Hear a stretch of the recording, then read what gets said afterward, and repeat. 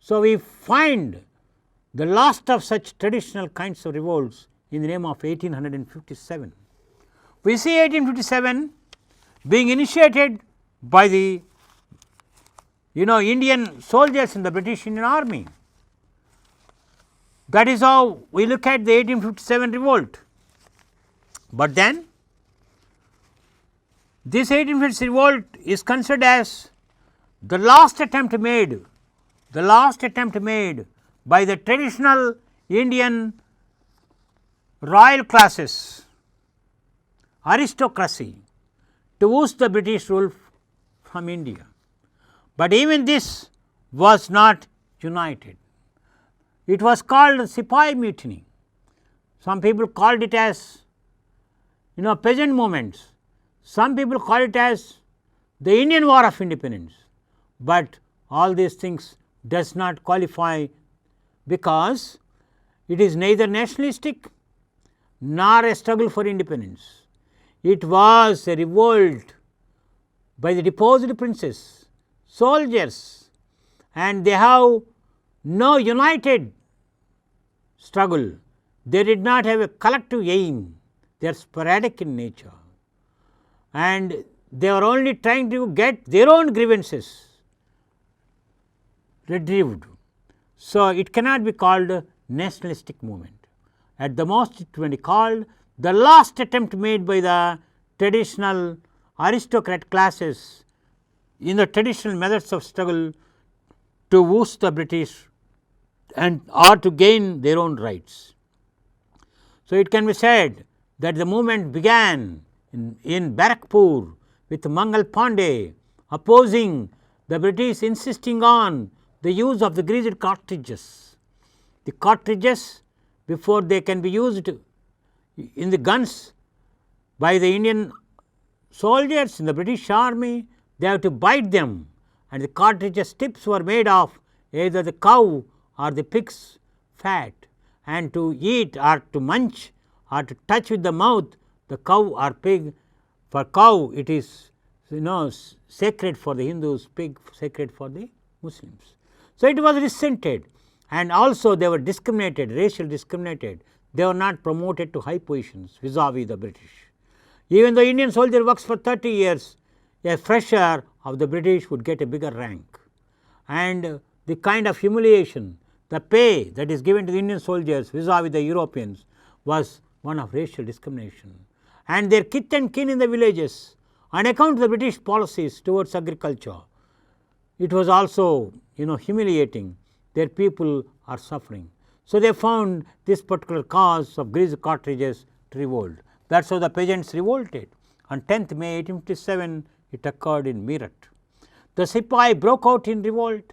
They entered prisons, broke open the locks of, released their imprisoned comrades, murdered few European officers, and burned their houses. General Hewell was commanding officer at Meerut. He took no steps to bring the mutineers under control.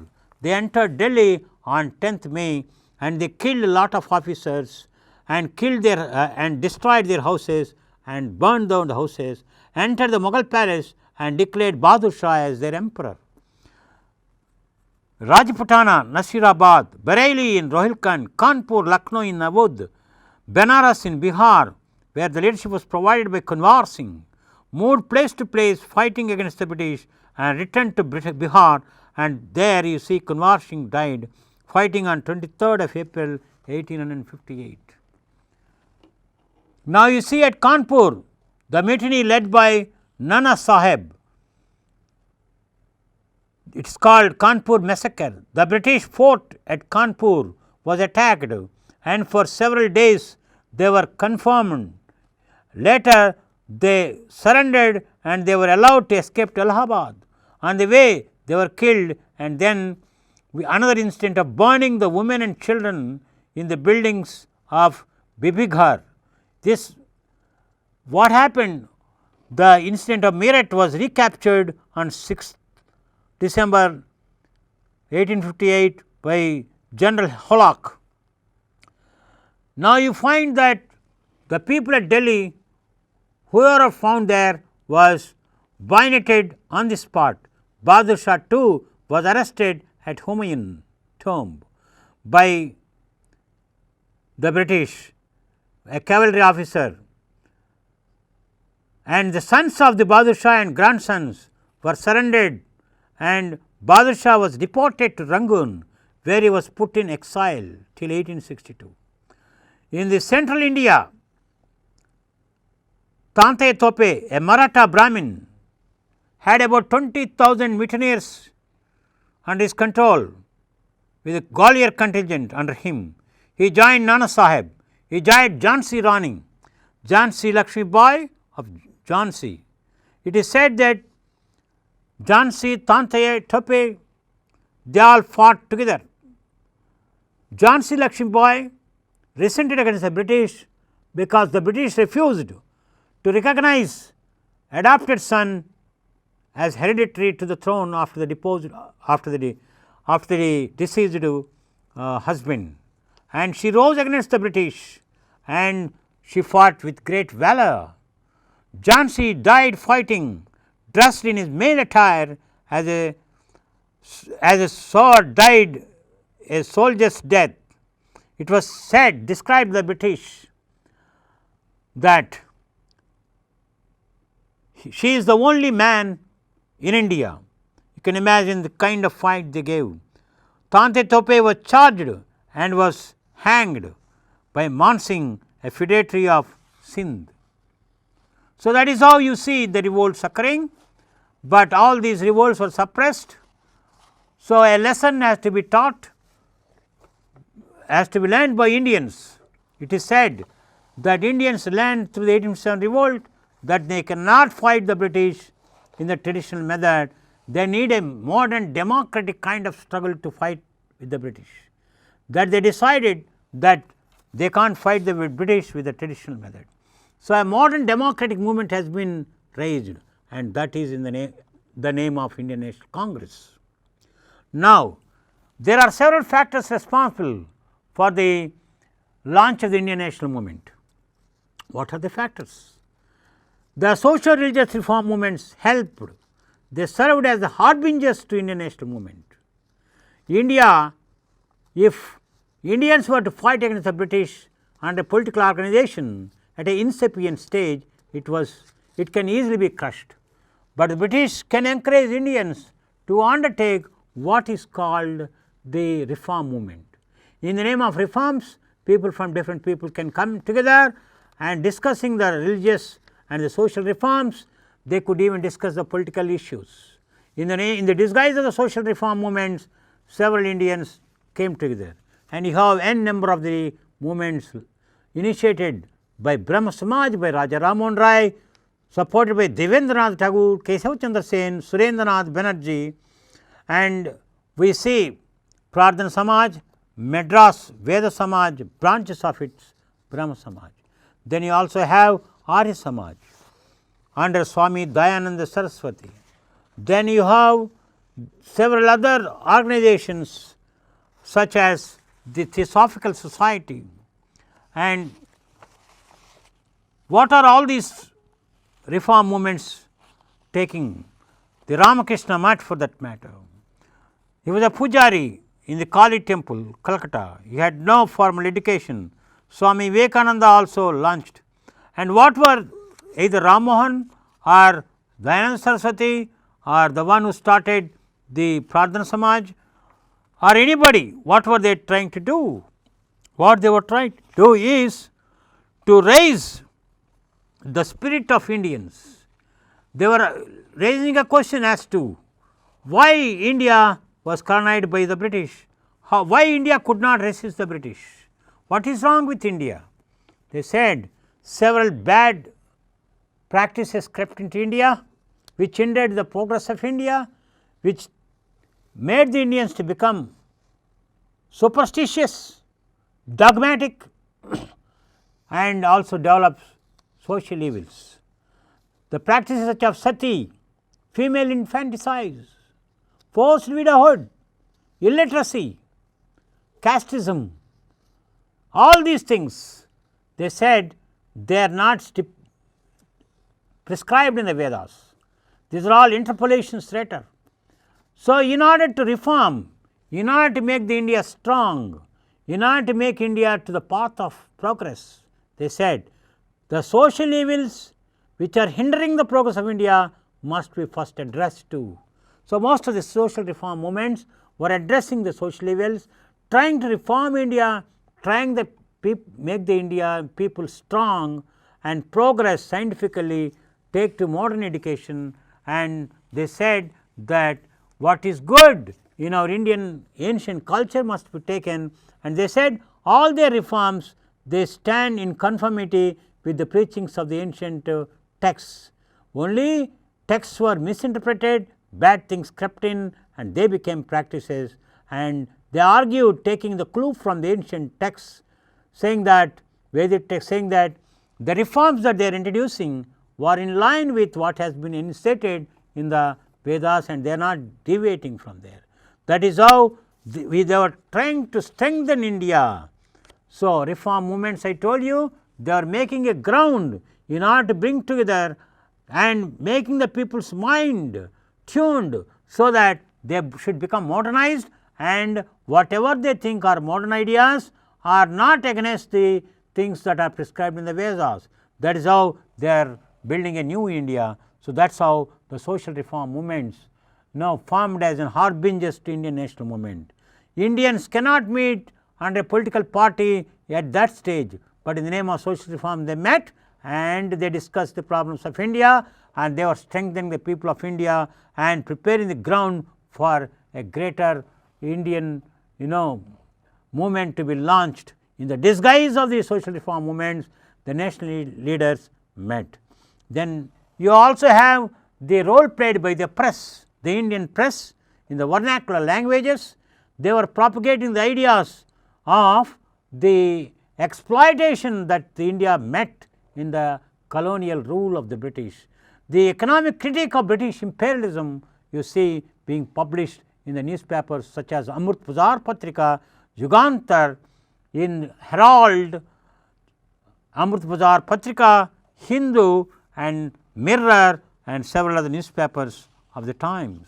The first newspaper, Sambandh, initiated in 1821, Kaumudi Sambandh in Bengal and Miratul Akbar in Persian by Raman Rai, and we also see in Bengal Bang Dutt, started by Dwarkanatha Tagore in 1830, 1820 Bombay Samachar by Fardunji Murjaban, and Jame Jamshid in Gujarat by Motiwala, and Rast Gaftar by Dadabhai Nehruji, Akbari Saundagar in Gujarati, and Sri Syed Ahmad started Asba Ghadar, Yeshwar Chandra Vidyasagar, Som Prakash, and like that you see that several newspapers were started to be printed, and all these newspapers were propagating their ideas. Amrit Bazar Patrika, initiated in 1868, it is an Anglo Bengali weekly, and we see that Shishir Kumar, Motilal and Hemendra Kumar were the people who are editing it. And all these newspapers, for example, Tilak was publishing Kesari in Marathi, and new ideology, methodology of the national movement and critique of imperialism. Jugantar and Vande Mataram belong to the Bengali group of the nationalist literature. So, we find Gandhi also started Harijan in 1933. So, all these press have built the national movement, have raised the consciousness of the Indians, so that they get the ideas based on the critique of British imperialism. By exposing the British exploited policies through this press, the consciousness of the people was raised and they were made to come together. And after this ideology was created, we find in several parts of the country several nationalist associations taking place. The British Indian Association of Bengal concentrated propagating or fighting for the interests of the Jamindars, the Bombay Association, the Madras Native Association, initiated by who is called the Gazula Lakshmi Narsetty, and in 1876 the India Association in 1876 Bengal by Surendranath Banerjee, Anand Mohan Bose. In 1884 the Madras Mahajanapada by Veeraraghavacharya, G. Subramanya Iyer and P. Anandacharya. 1885 Bombay Presidency Association initiated by K.T. Telang, Firoz Shah Mehta in 1885. Like that you see several regional associations, and A.O. Hume under his leadership we find a single organization, Indian National Congress, being established, bringing together the representatives of all these regional associations under one umbrella. It is said it is called a safety valve theory, because the British can put together the various organizations, bring all the in one place and know through organization what are the demands and what are the thoughts of the Indians, so that they can deal them together instead of dealing at different places, different organizations. And for Indians it is also very good, because it is a lightning thunder, lightning conductor for the Indians, because when A.O. Hume is placed as the leader, A.O. Hume was the person who initiated the formation of Indian National Congress. Also W.C. Banerjee, Umesh Chandra Banerjee was the president of the first Congress, but A.O. Hume was the called as the father of the Indian National Congress, because he initiated the Congress.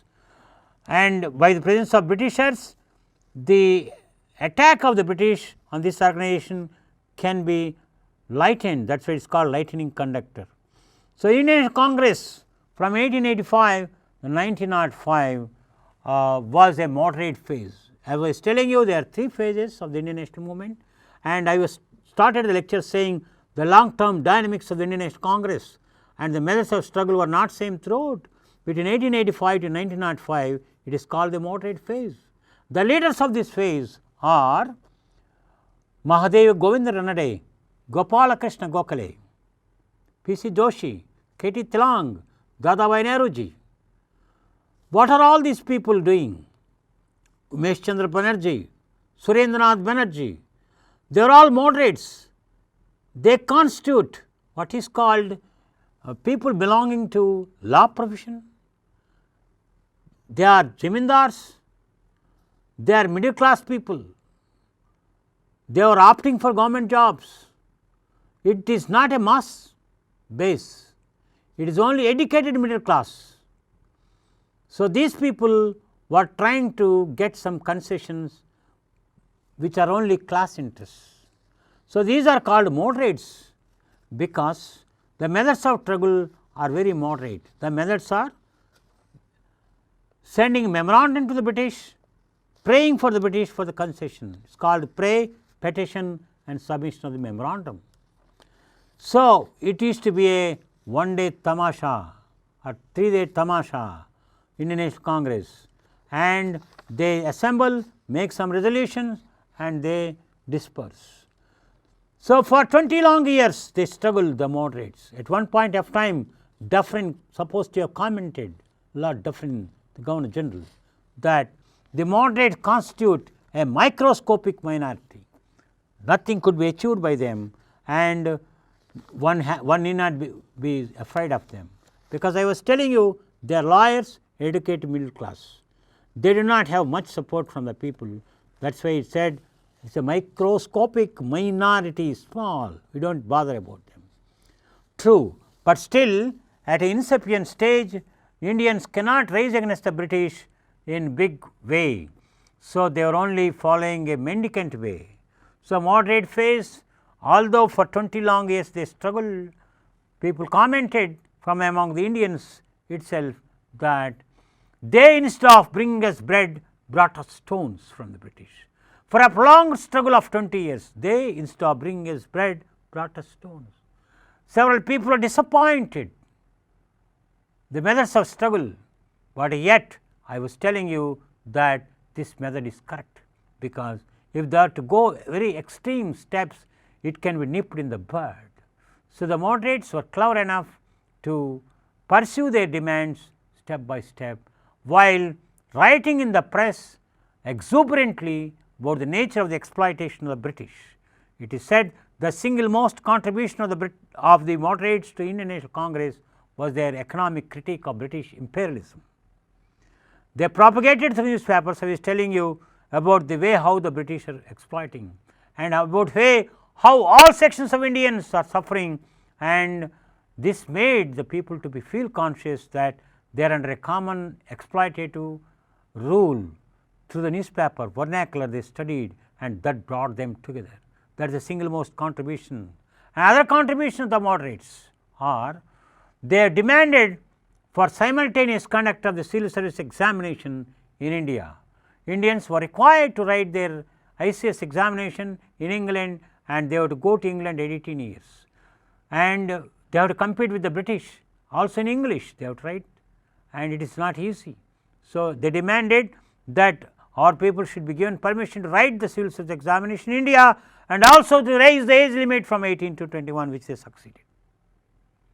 So, this is their contribution, and they also got an act called 1892 Act, India Council Act, through which we see the representation of Indians into the British Indian legislative process. Although it is limited, but it is a great achievement.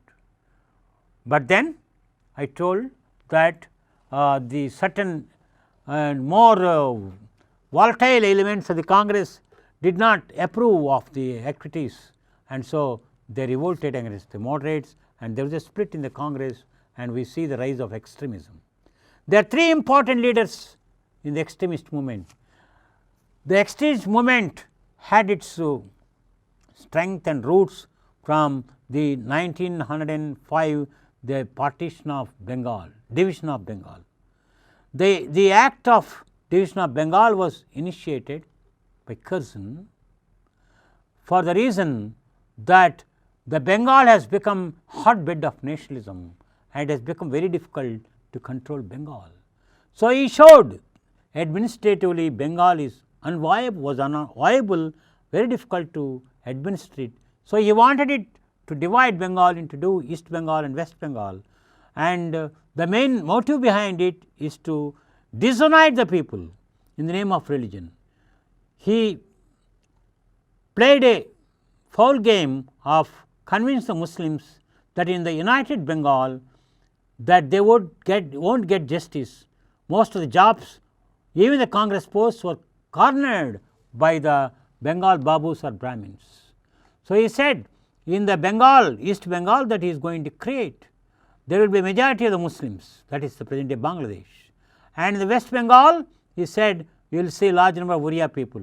That way the dominance of the Bengali Brahmins, who are very vocal in the national movement, their voice can be cut short. With that motive to divide the people in the name for religion and caste, the Curzon has initiated division of Bengal, but it was replied in what is called the Vande Mataram movement. Rabindranath Tagore himself read the Vande Mataram song there. Ke bole tu abale, tui Mahabali, tui Durga, tui Kali. This is the song of Vande Mataram. Disapta koti karavale. He said, who told that you are Abala, you are Mahabala, you are Kali, you are Durga? Who told you are powerless? Let 7 crores of people raise their hands. Disapta koti karavale. Where will the British go? What will happen to the British? He was trying to raise this Vande Mataram taken from Anandamath, which I told you it was written by Bankim Chandra Chatterjee describing the revolt there, revolt at Bengal. He was trying to tell that a Jamindar was trying to commit suicide, unable to pay the tax to the British. So, he was about to commit suicide. Jibananda, Ananda Baba sings this song. They are sannyasi rebellion, I was telling you. So, the sannyasis, they were uniting the people, they were raising slogans. So, when they saw a Jamindar committing suicide, jumping from a hill, they said, why are you doing it? He said, I am unable to pay the tax to the British, so I want to end my life. Ke bole tu avale, you are not weak. Disapta koti karavale. So, he was trying to raise his morale. So, this song was taken by from Anandamath, and it was taken by Rabindranath Tagore, and it was sung when on the river beds of Hooghly, when they were tying Raksha Bandhan, resenting against the division of Bengal. He was singing, raising the morale of the people of Bengal with Vande Mataram, and that is how throughout the streets of Calcutta the Vande Mataram song went vibrant. And we see Lala Lajpat Rai popularizing Swadeshi and boycott is an important weapon they took as a part of the extremist movement, boycott of the foreign cloth and use of the Swadeshi cloth, and boycott of foreign schools, boycott of foreign goods. So, these are all the things, and it was propagated by Bipin Chandra Pal in the Madras Presidency, Lajpat Rai in the central provinces, Bal Gangadhar Tilak in the region of Maharashtra and other place. That is where he was celebrating even the festival of Shivaji and Ganesh. Of course, there are some communal overtones to that, and we can discuss when we discuss the topic on the communalism, rise of communalism in India. But the extremist movement demanded high level of sacrifice from the people. The British would repress them.